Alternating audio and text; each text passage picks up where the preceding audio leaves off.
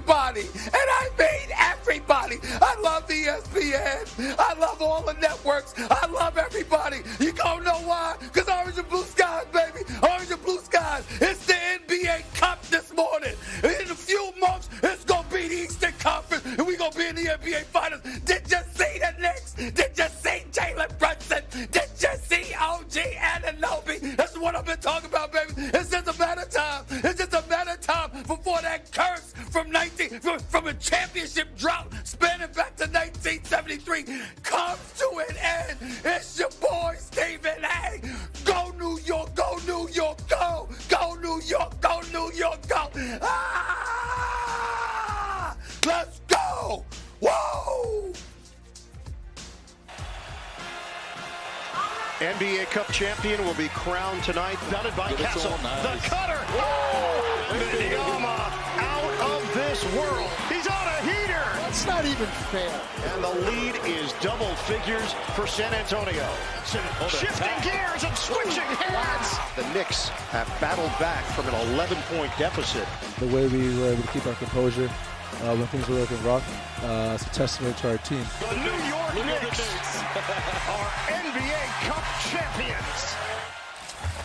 Good morning. Welcome to First Take, everyone. Shay Cornett here with you. Mad Dog is back in the house. Missed you, buddy. Don't leave me hanging. Thank you there, Shay. There we go. There we go.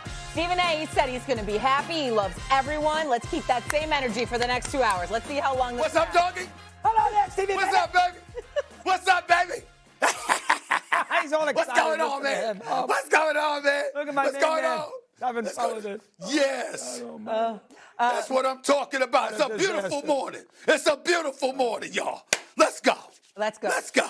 Let's go, because Mad Dog has not stopped rolling his eyes all morning long, so this should be fun. But Stephen A. should be excited. He really should, because the Knicks finally won a championship for the first time since 1973. Just not the one they really want, at least not yet. The Knicks beat the Spurs 124-113 after a rally. 25 by Brunson, 28 by OG Anunoby.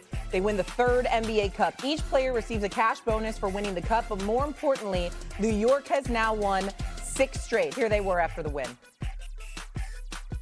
I mean, to win this, it means a lot. It's a stepping stone for our team. And, I mean, the way we were able to keep our composure when things were looking rough, it's a testament to our team. So, I mean, whenever there's something to be able to win, it's fun to try and go do it. So I'm happy for our team. The Cup is special, and I think for us to be in a position to say that we won and we're the champions, and to have this dope-ass shirt on with the Knicks saying champions is a humbling and an honor. So we're going to celebrate this one tonight. We're going to hold this Cup championship dear to our heart, and but, you know, now it's time to work on the second one. It's Orange and Blue Skies, Shay.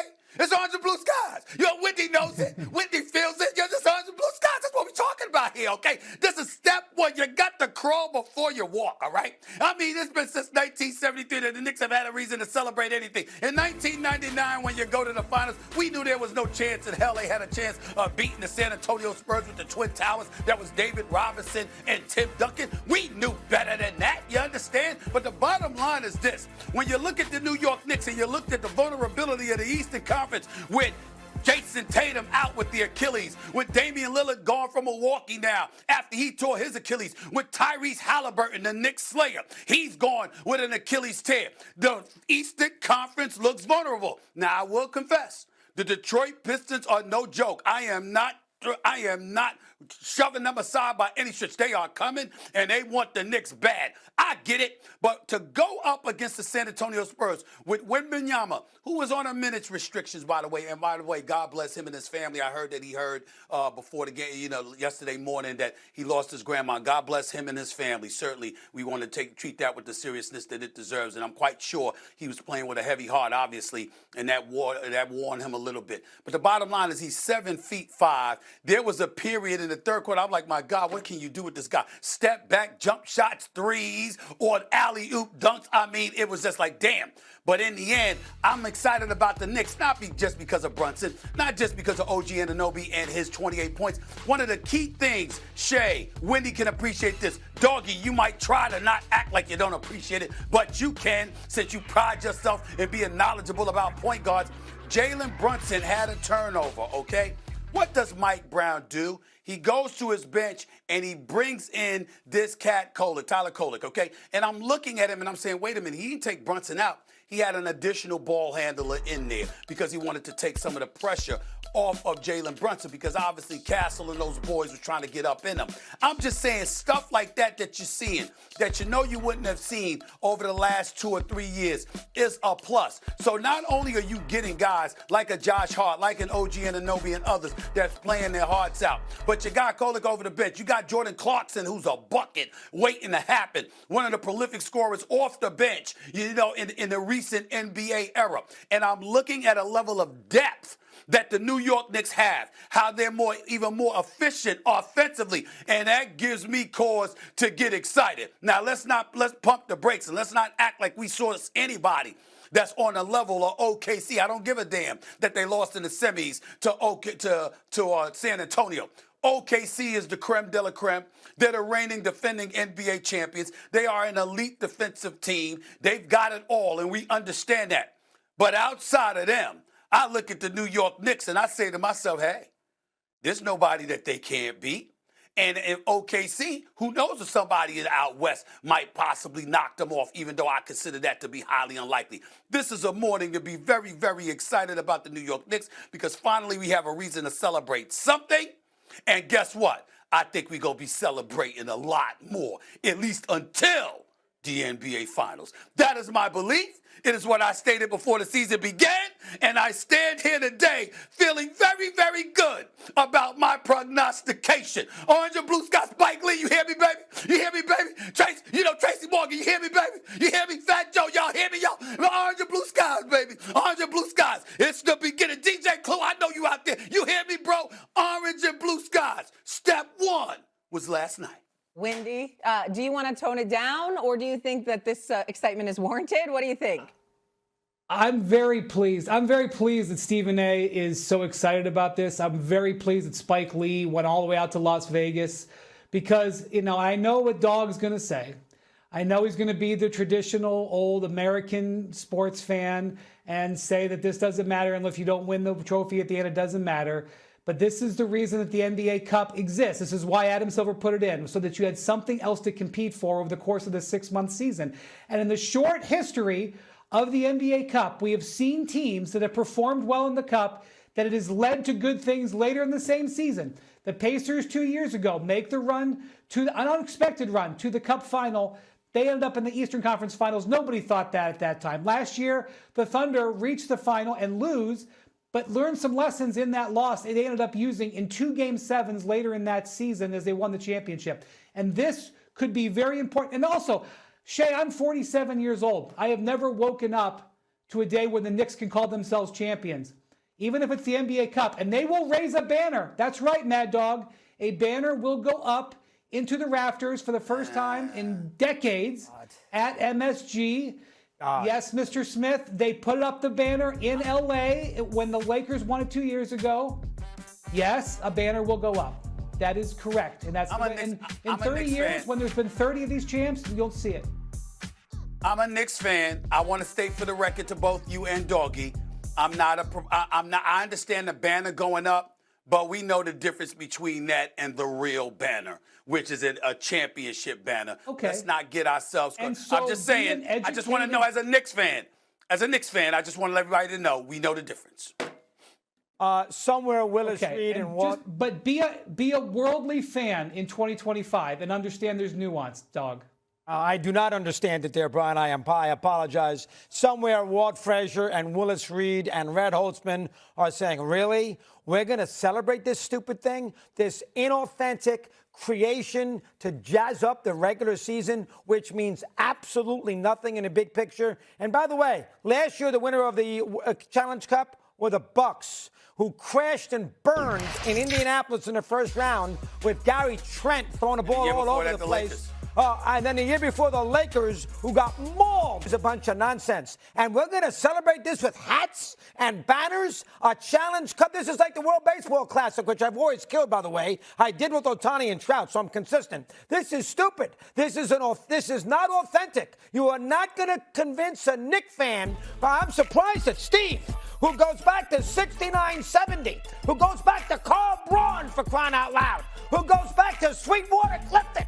And you're going to sit there and tell me that this is something significant, a fabricated event, when Wembanyama played 20 minutes? I mean, are we going to do this now? I mean, you must be kidding me. And then we're going to have, forget Spike, I love the guy. And I went to his movie. How about Charlemagne last night on a freaking FaceTime with Karl Anthony Towns? Timmy, all right, do a little research. Look up freaking Dean Miminger and look at Game 7 against Boston in 1973 when they beat the Celtics in Boston. First time the Celtics ever lost a Game 7 at home. Look at that. That's Knicks basketball when they won their second championship. The idea that anybody thinks that this is important, boy, because it's December, we got to jazz up the regular season. This is inauthentic. You do not convince a serious sports fan about about something that's not authentic. And this is not authentic. And for you, Smith, I am shocked for you to sit there and start the show with Blue Skies and Spike Lee and then erase a banner. Are you kidding me? That's where Dick McGuire is. You can't be doing that. I have nothing to do. I have nothing to do with the banner. I have nothing to do with the banner. I'm excited for a different reason. I'm looking at a New York Knicks team that I think legitimately can compete for the championship, that could end up being one of the final two teams on the stage with 4 games removed from a world championship. That's what I'm thinking about. And I'm telling you right now, as constructed, remember 2 years ago, Josh Hart, Jalen Brunson, and them get injured in the Game 7. Indiana takes them out. Last year, they lose to Indiana in 6 games. They get taken out in the conference finals. They lost to Game 7 in the semifinals. I'm looking at them inching closer and closer, and I'm saying you're not taking a step back. You're taking a step forward. I know how damn good of a coach Tom Thibodeau was. I didn't like the fact that he was gotten rid of, but I also know that Mike Brown could coach. Mike Brown knows a thing or two about basketball. I also know that he's better when it comes to player relations. And that's going to go a long way, because when a guy like Mikal Bridges is telling you, yo, we need some rest, you're going to listen to him if you're Mike Brown. We looked at the New York Knicks like a bunch of cardiac kids, and we said they had about 5 dudes. We don't look at them like that anymore. We're seeing cats coming off the bench. You're seeing a couple of ball handlers. You're seeing several perimeter shooters. You're seeing a guy like Mikal Bridges, who signed a $150 million extension in the offseason, and we're seeing him shoot better than 40% from three-point range. We're seeing OG Anunoby shoot better than 40% from three-point range. We're seeing the combination of Cat and Mitchell Robinson controlling the boards, making sure to control the boards and grab your rebounds, and you don't get dominated on that side of the aisle. We're seeing those kind of things. And I'm saying to you, combined with everything that I pointed to about the Eastern Conference, doggy, I'm saying this is step one. You understood coming into the season what the expectations were for the New York Knicks. You on the record, doggy, saying, don't backtrack, Stevie A. Don't do that. They got to get to the finals or this season is a failure. So I'm looking at it and I'm saying every little step we take, you understand, matters.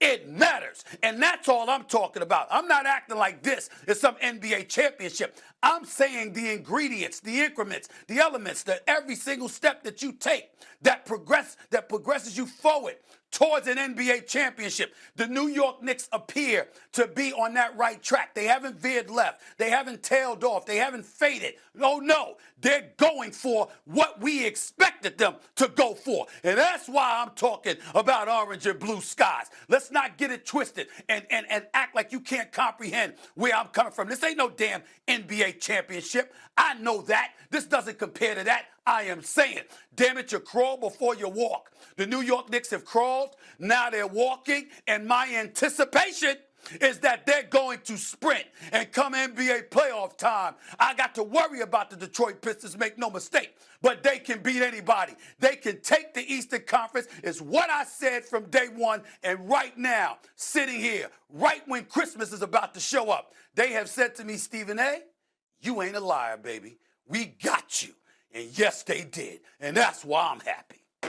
Dog, please come with me into 2025 and be a modern worldly sports fan. Nobody is saying that this is the same as the NBA championship. Nobody is saying that.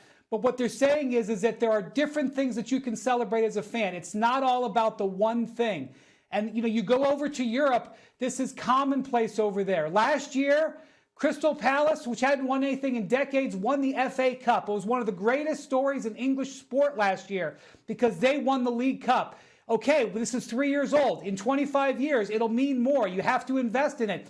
And yes, I know the Lakers lost in the first round, the Bucks lost in the first round, but I just told you, teams that have gone deep in this cup, it's mattered later on. Join the new world. Join the worldly view of a sport that it's not all about the one thing at the end, especially for a fan base that's had almost nothing to celebrate.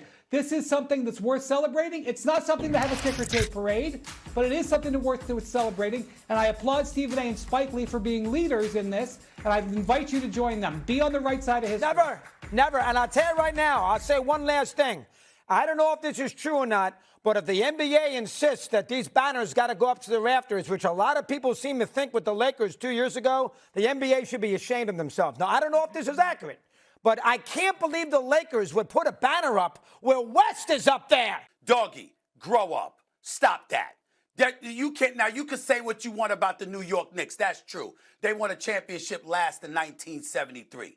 The Lakers have 17 banners, for crying out loud. They can hang up whatever banner they want. I they've totally delivered, disagree. Hold it. They've delivered 17 championships. So what they're showing you is that it could be a regular season title. It could be an NBA Cup. It could be anything. Because they've got 17 banners, they know the difference. So what they're saying is we'll celebrate anything along the way. You calling out the New York Knicks might be accurate because this doesn't replace an NBA championship. It doesn't supplant that, and I understand that. But when you're a franchise that has won as much as the Lakers have won, you can hang up any damn thing you want because you're deciphering the difference. You're showing the world. Yeah, they know the difference between an NBA championship and an NBA Cup, but Wendy is absolutely right. Times have changed. There's a level of priority that teams associate with trying to be in the cup because they want those extra dollars in their pocket and stuff like that. In the case of the Lakers, they wanted to be the inaugural champions. It meant a lot to them because they're the first team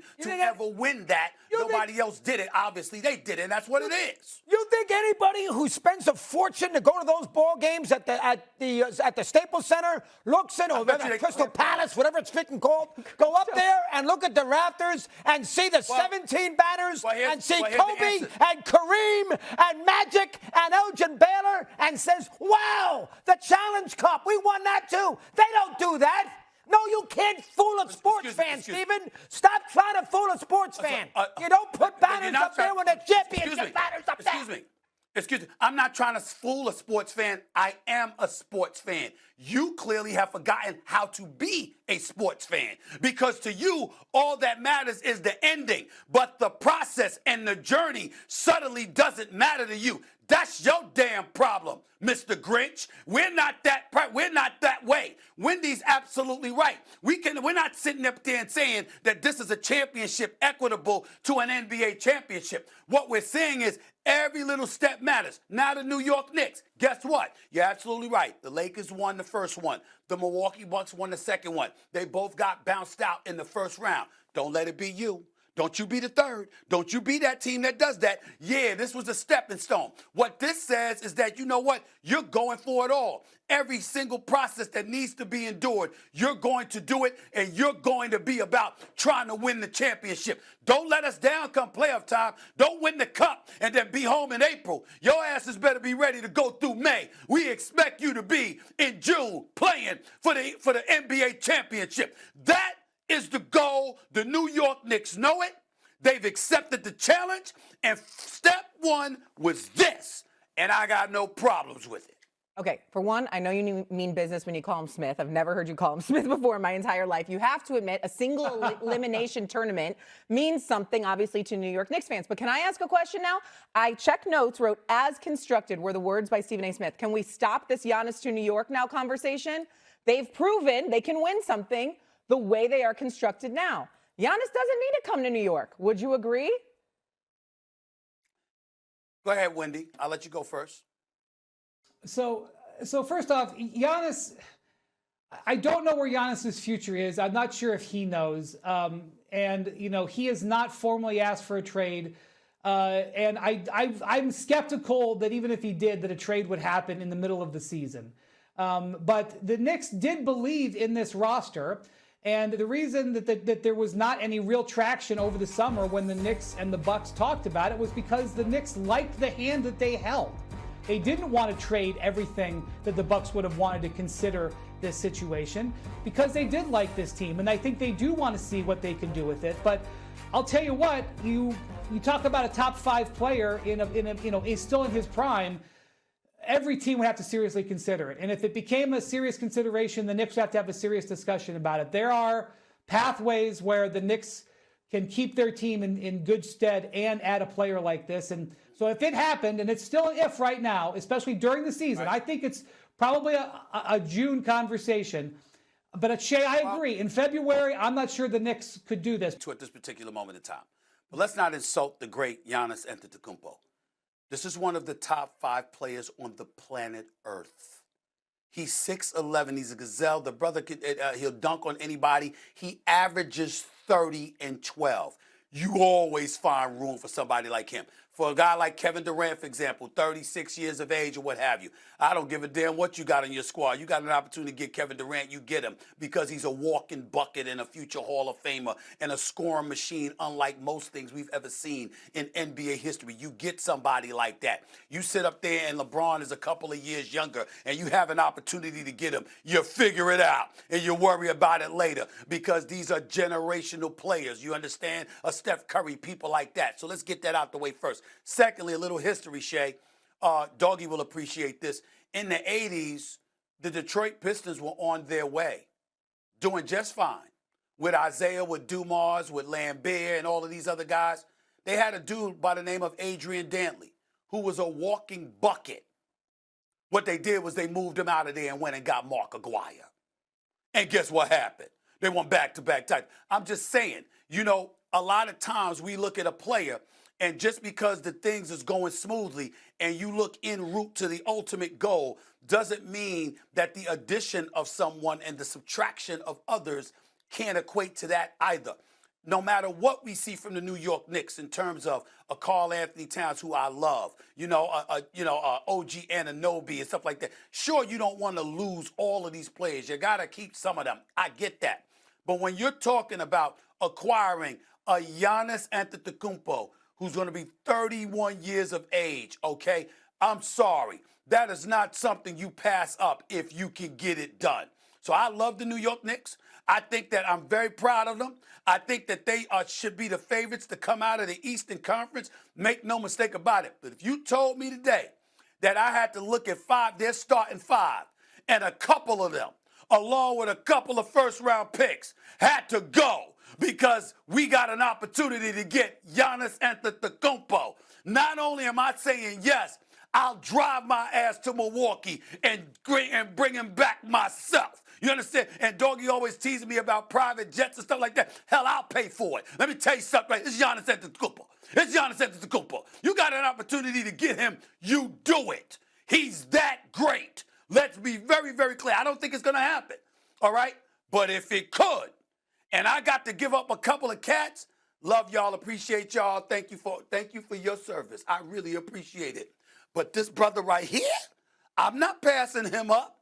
And to pair him with Brunson, I'm not letting that go. Oh, no. Oh, no. I'll walk to Milwaukee to get him. I'm serious. I'll walk to Milwaukee to get him.